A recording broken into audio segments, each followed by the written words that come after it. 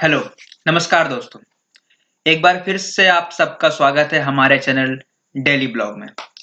आज है 2 अगस्त 2020 और मैं अपने चैनल में आज दूसरा डोज लेके आया हूँ करंट अफेयर्स का। तो फिर बिना किसी देरी के चलिए फिर शुरू करते हैं।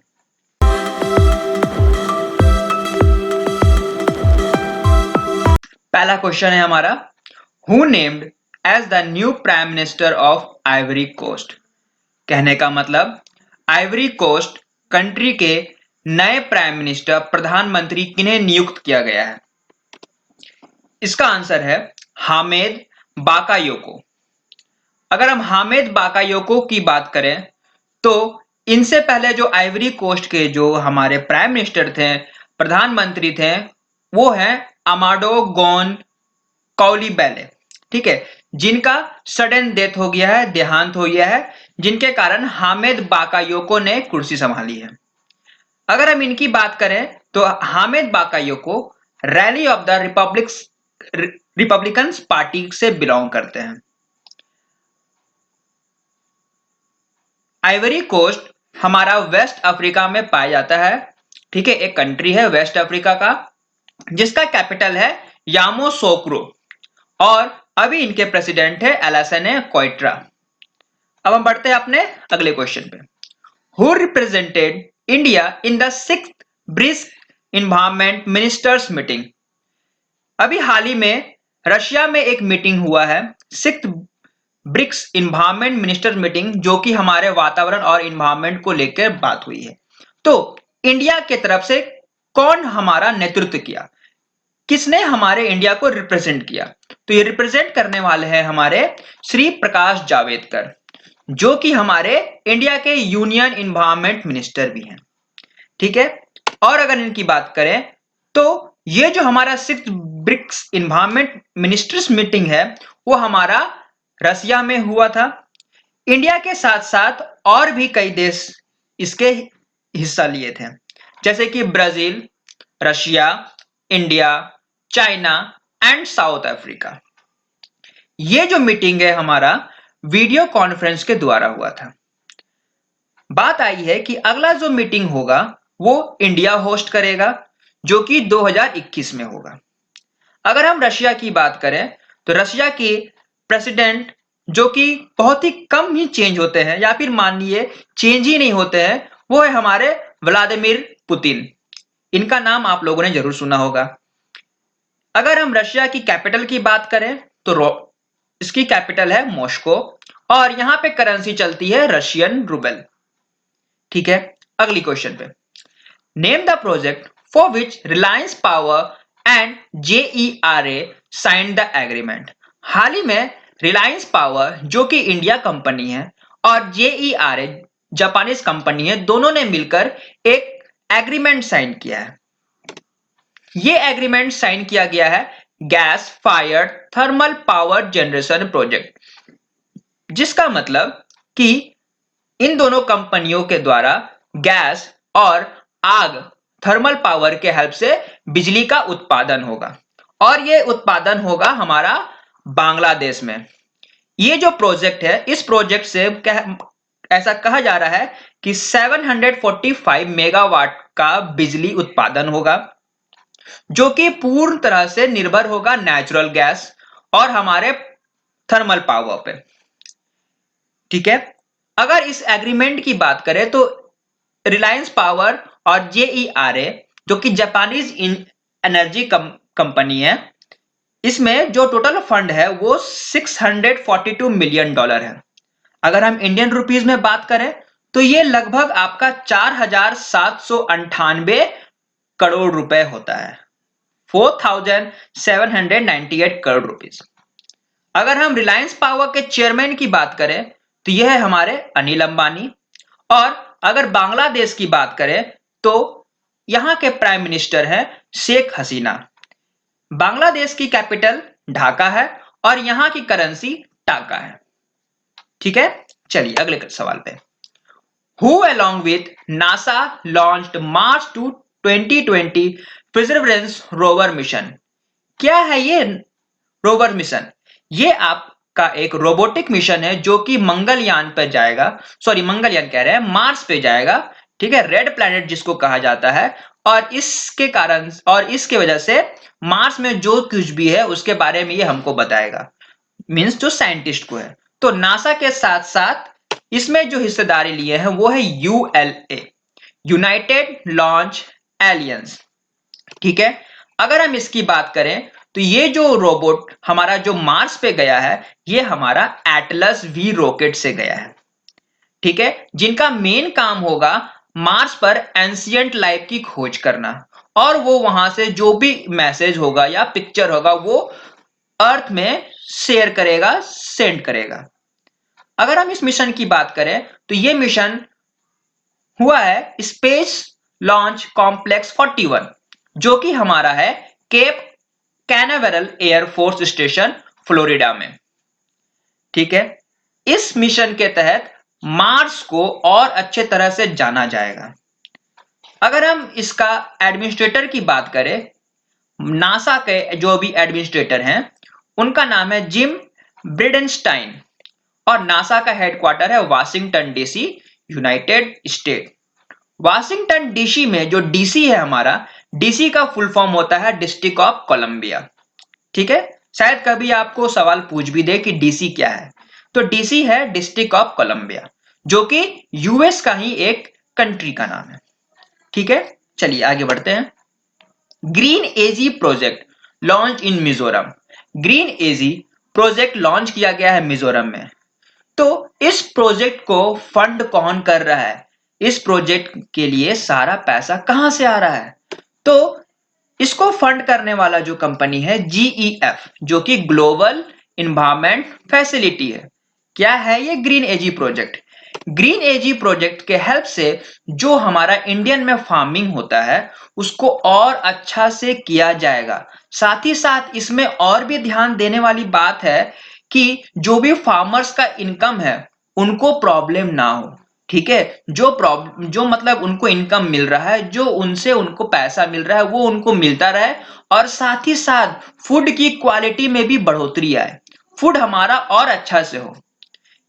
अभी तो फिलहाल मिजोरम में इसको लॉन्च किया गया है, लेकिन इसके साथ साथ और भी दूसरे स्टेट में लॉन्च किया जाएगा, जैसे कि हमारा है मध्य प्रदेश, उड़ीसा, राजस्थान, उत्तराखंड, जो कि अगर मिजोरम में थोड़ा सा भी सक्सेसफुल होता है तो बाकी जगहों पर इसको लॉन्च किया जाएगा।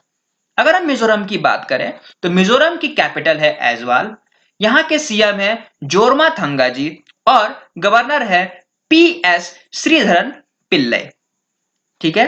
अगले सवाल पे चलते हैं। Recently Li Tang who passed away, he was former president of which country? हाल ही में ली टैंग हुई का निधन हो चुका है, तो ये कौन से कंट्री के प्रेसिडेंट हुआ करते थे, ठीक है। अगर हम कंट्री की बात करें तो ये है ताइवान, ताइवान के ये प्रेसिडेंट रह चुके हैं, ठीक है। इन्होंने 12 साल तक वहां का प्रेसिडेंट मींस रहे हैं, ठीक है, 1988 से 2000 तक। इनको फादर ऑफ ताइवान डेमोक्रेसी भी कहा जाता है, ठीक है। मे भी क्वेश्चन पूछ सकता है who is known as the father of Taiwan democracy, तो ये है ली टैंग हुई, ठीक है। अभी अगर बात करें तो अभी जो ताइवान के प्रेसिडेंट है वो है हमारे साई लैंगवेन, साई लैंगवेन। अगर वीडियो आप सबको अच्छा लग रहा है, अगर और ये आप सभी के लिए हेल्पफुल है, तो प्लीज अपने फ्रेंड्स के साथ इसे शेयर कीजिएगा और ज्यादा से ज्यादा सब्सक्राइब कीजिए। और अगर आपको लगता है कि इसमें कुछ और इम्प्रूवमेंट की जरूरी है तो आप मुझे कमेंट करके बता सकते हैं। और इस क्लास का सारा पीडीएफ जो नोट्स है वो मैं हमारे टेलीग्राम ग्रुप पे शेयर कर दूंगा, तो उसका लिंक आपको हमारे डिस्क्रिप्शन में मिल जाएगा। चलिए आगे बढ़ते हैं। Name the award received by ministry of tribal affairs. हाल ही में मिनिस्ट्री ऑफ ट्राइबल्स अफेयर को एक अवार्ड से सम्मानित किया है। कहीं कहीं मिनिस्ट्री ऑफ ट्राइबल्स अफेयर को मोटा के भी नाम से जाना जाता है, MOTA, इसका फुल फॉर्म है actually ministry of tribal affairs. तो क्वेश्चन की ओर पे आते हैं, तो कौन सा अवार्ड इन्हें मिला है? इन्हें मिला है स्कॉच गोल्ड अवार्ड। क्या है ये स्कॉच गोल्ड अवार्ड? अभी क्योंकि लॉकडाउन का समय है, पूरे इंडिया में, पूरे वर्ल्ड में कोरोना का महामारी आपका फैला हुआ है, तो इस बीच जो हमारा जो स्कॉच है, इसने डिजिटल इंडिया को प्रमोट करने के लिए एक कंपटीशन रखा था, जो कि आपका 66th स्कॉच 2020 कंपटीशन है, जिसका नाम रखा गया था India response to COVID through digital governance. Means इसके हेल्प से ये देखा जा रहा था कि हमारा जो इंडिया में कितना अच्छा से डिजिटलाइजेशन हुआ है। ठीक है, तो ये मिला है मिनिस्ट्री ऑफ ट्राइबल्स अफेयर को। ठीक है, got the award for its empowerment of tribal through IT enabled scholarship scheme. अगर हम यूनियन ऑफ अगर हम मिनिस्ट्री ऑफ ट्राइबल अफेयर्स की बात करें कि कौन अभी इसके मिनिस्टर है, तो ये है हमारे अर्जुन मुंडा जी, जो कि झारखंड से बिलोंग करते हैं। अगले सवाल पे आते हैं। Name the one knowledge portal launch by SIDBI in association with TransUnion CIBIL. SIDBI ने एक अभी आपका वन नॉलेज पोर्टल लॉन्च किया है ट्रांस यूनियन सिविल के हेल्प से। तो ये कौन सा है? ये है हमारा MSME सक्षम। MSME सक्षम। MSME की अगर बात करें तो MSME है हमारा माइक्रो स्मॉल मीडियम इंटरप्राइज। ठीक है, इस प्लेटफॉर्म के हेल्प से जो भी आपका छोटे मोटे इंडस्ट्रीज है, इंटरप्राइजेज है, उनको फंड किया जाएगा और उनको और ऊपर से ऊपर बढ़ाया जाएगा। अगर हम सिडबी की बात करें, सिडबी का फुल फॉर्म हो जाएगा small industries development bank of India. ये बैंक ऑफ इंडिया है जो कि बहुत सारे आपके इंटरप्राइजेस को, स्मॉल और मीडियम इंटरप्राइज को फंड करता है और उसको बढ़ने में सहायता करता है।